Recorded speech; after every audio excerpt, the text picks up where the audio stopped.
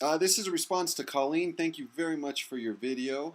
I appreciate your openness, your honesty, and your desire to move past the current situation you find yourself in.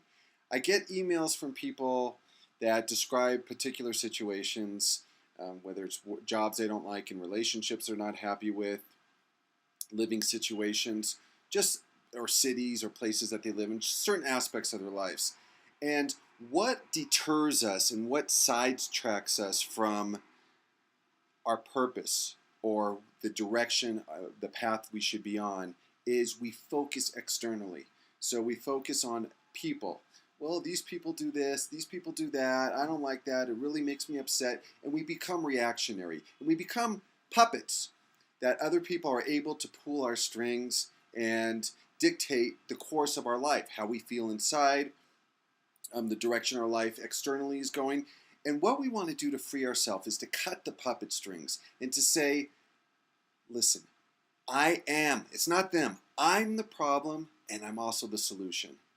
And once you start living from this premise, it is so empowering and it invigorates you to take the necessary steps and actions to move in the direction that you're guided.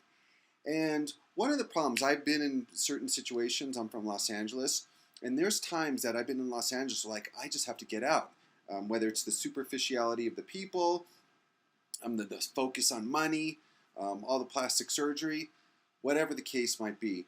And I was like be subjected to my environment. So my internal happiness was dependent upon my environment. And what you find is that when you go to another place or another location, it might be a short-term fix, but a lot of those same problems will still resonate. No matter where you go in the country, no matter where you go in the world, when you wake up in the morning and look in the mirror, you still got to see yourself. And that's the challenge. So it's kind of like doing a reverse process.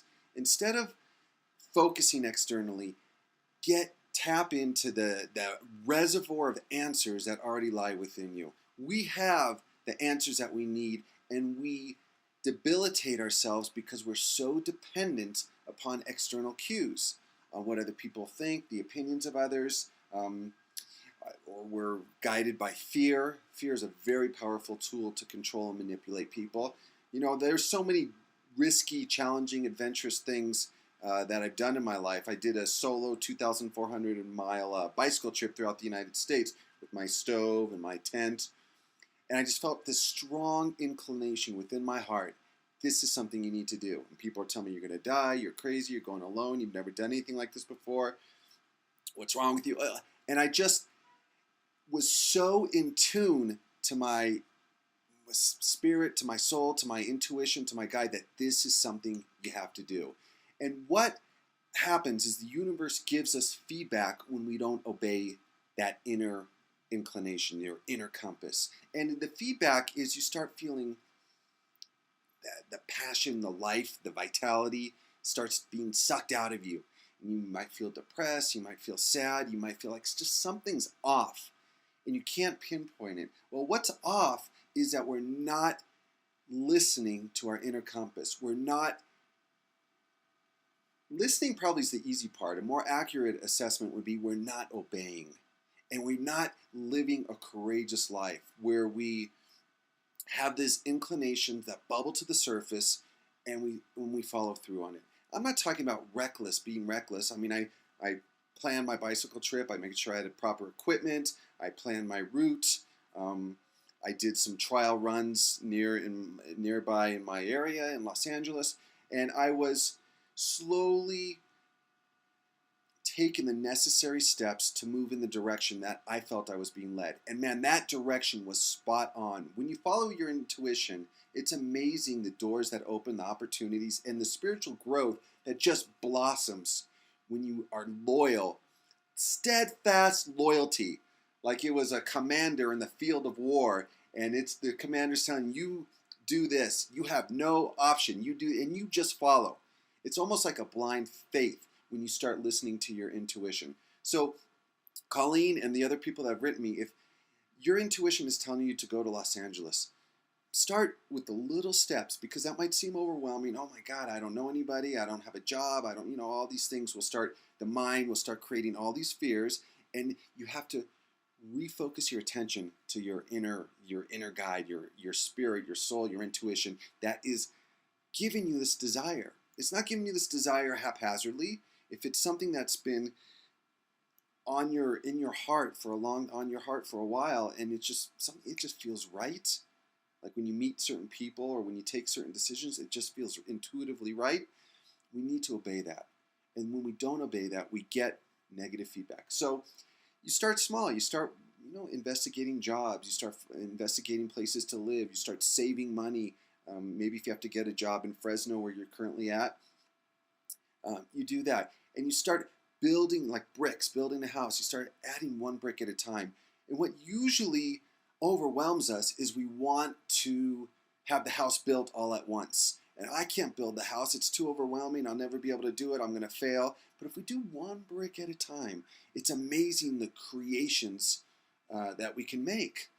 And it's it's consistency, a slow, steadfast pursuit in the direction of our dreams, in the direction of our desires, in the direction that we're being led. When you follow that path, again, amazing things start happening. You start synchronicity. It's like you take that leap of faith, that courage, and jump. On my bike trip, for example, I had so many situations where, like, I don't know how I'm going to get out of the situation. I had one situation where I was in the middle of nowhere with a flat tire, and it was getting dark, and I didn't know where I was going to sleep. I didn't know what I was going to do. And like an angel came behind me on a bicycle. I hadn't seen another bicyclist in weeks, and another like a little angel came behind me while I was trying to repair my bicycle and said, "Oh, is everything okay?"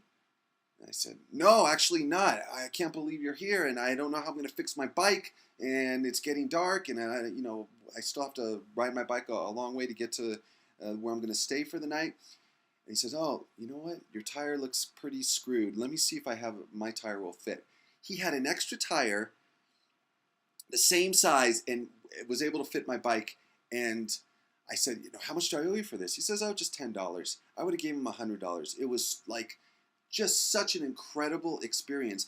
But when we don't take that leap of faith and we don't put ourselves out of that comfort zone, so we're not able to trust and see that the universe provides to those that are courageous, to those that take risks, to those that follow their heart. You'll see amazing things happen. So you start moving in the direction, even if it's slowly, moving in the direction toward LA. The second thing is I get emails from people that are complaining about, well, nobody understands me, everybody's superficial, everybody's so into this, or everybody's trying to change me or convert me. Colleen's video was about born-again Christians, and they're trying to convert her. And here's the second thing. Oftentimes, maybe you're not able to move to Los Angeles or change your location to Fresno. There's a great story to Google called Acres of Diamonds. Just check it out and you can read the story. But in short, it talks about a farmer that wanted to make money. He was a poor dirt farmer, wanted to make money. So he said, okay, he told his wife and family, I'm going to go and travel the world and I'm going to discover diamonds and make it rich. And he traveled all over the world and exhausted, broke, desperate, depressed, returned home and said, I just didn't discover anything and I'm still a dirt poor farmer and things are never going to change. And then he was strolling about in his field, which didn't have any crops because he hadn't tended to it. And as he's walking, he kicks the stone and he looks at the stone and he's like, what the heck is this? And he picks it up, and diamonds don't look like what they look like in the jewelry store in their raw natural form. And he starts polishing off, and he realized that right in his own home, in his whole backyard, were acres of diamonds. He was a millionaire and he didn't even know it. Right in his own backyard, he didn't need to go and travel around the world. And this is what the trap we get ourselves in. We often think that we need to change the place we live. We need to change our circle of friends. We need to change A, B, C, and D in order to be happy. And what you have right now is everything you need to be happy. And once you start realizing and noticing this from your day-to-day lives, just these glimpses of enlightenment, wow, if it's a beautiful sunset or someone smiles at you, and appreciating those. And there's tremendous things that you can do, which I'm running out of time, so I'll have to make a second part of this video, which can open the doors and expand the possibilities right where you're at in Fresno. To be continued. Thanks for listening.